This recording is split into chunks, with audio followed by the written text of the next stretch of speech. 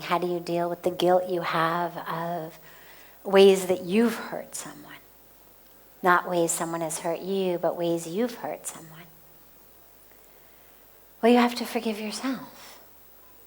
I mean, you didn't wake up in the morning and say, I know what I'm going to do.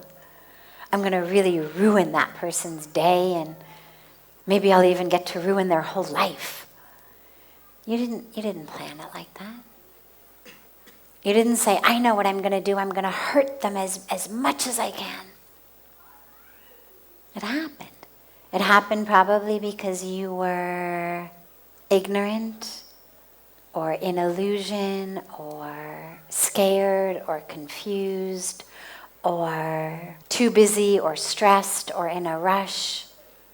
These are the things that tend to make us do things or say things that hurt others, which is why, of course, we try to stay conscious and present, aware, connected, not in a rush. So the first thing to do if you feel guilty is see if you can fix it. Is there any way you can fix it? You know, it's one thing to deal with it on a spiritual level, but if on a practical level you can actually do something to fix it, do it. You stole something, give it back with interest. You told a lie, tell the truth. Fix it. There's no time limit. There's no expiration date on apologies. And again, that doesn't mean that the person is going to forgive you. That's going to depend on what state they're in. But in terms of the universe, there's never an expiration date.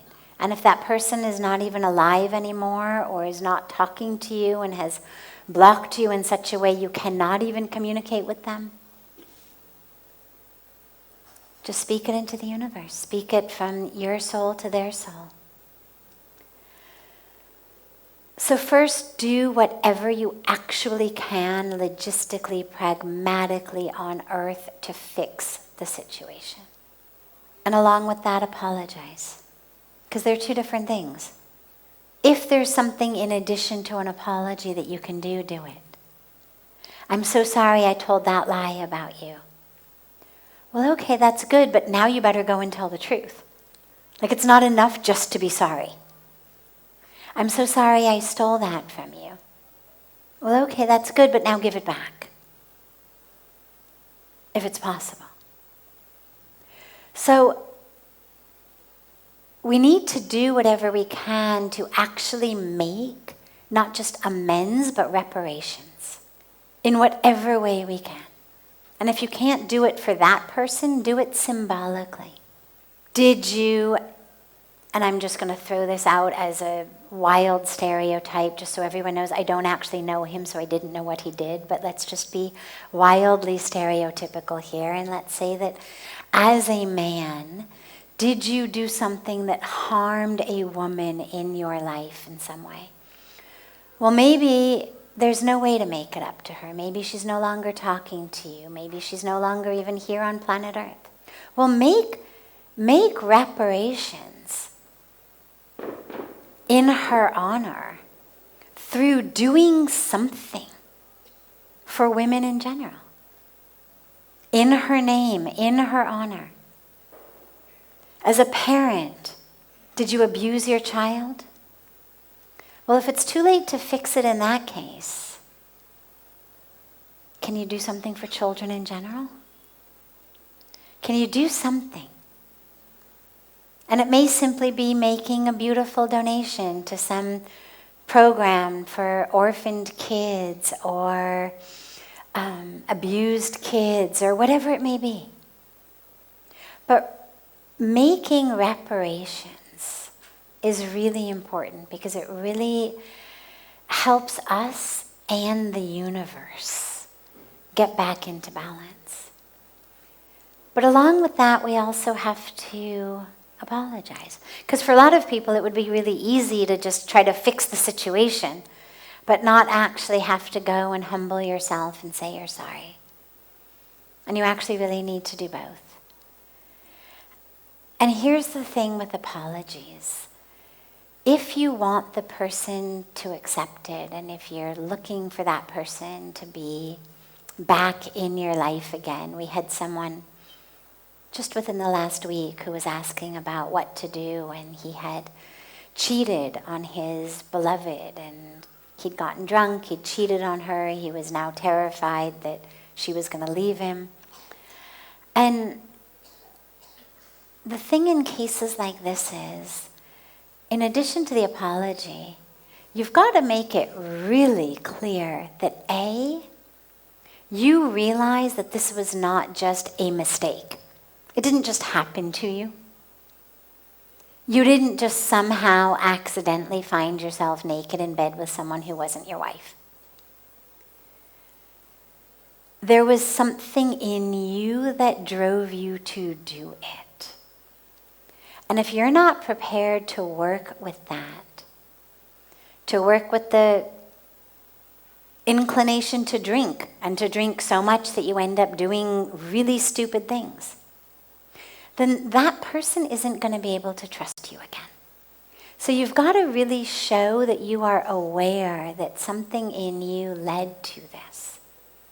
And it may be something much more innocuous than alcoholism or this. It may be, in the case of, smaller ways that we've hurt people, it may literally just be, I am so sorry. I let myself get so busy or so stressed out that I totally missed the fact that you needed me to be present there. I totally missed that look in your eye that you were really upset and you needed me. I am so sorry, and I'm going to make a commitment from today to slow down. I'm going to make a commitment from today to deal with my stress, or whatever it may be. But it's got to be sincere. And then, that's all the work with that person and the universe. Those are your reparations and amends in the universe. But then you also have to forgive yourself. You've got to find that ability like we find for others. Because holding a grudge against yourself, holding guilt against yourself, also keeps you from being free. And just because something wrong has happened through you also doesn't mean that you don't deserve your birthright of freedom and peace and joy. You may have some karmic fruits coming, and they may not be so pleasant depending on what you did. But we all walk through and work through our karmic packages. But no karmic fruit denies us the birthright of freedom. You may find your freedom while you are in jail serving, a 50-year life sentence for murder. Freedom doesn't necessarily mean that, the court is going to absolve you. But it means that you need to let go of the guilt against yourself. That you need to recognize that which happened because of ignorance, illusion, fear, confusion, ego. And that it isn't you. And that who you are is divine and pure and whole and complete. And then you make a commitment to try to live as consciously, as presently as you possibly can, so that mistakes like that don't happen through you in the future. But you've got to let it go. You've got to know that, if the universe did not think that you were worthy of occupying your place on planet Earth anymore, you wouldn't be here. So if you're here, you're worthy to be here. And so let go of that part of you that tells you you're not.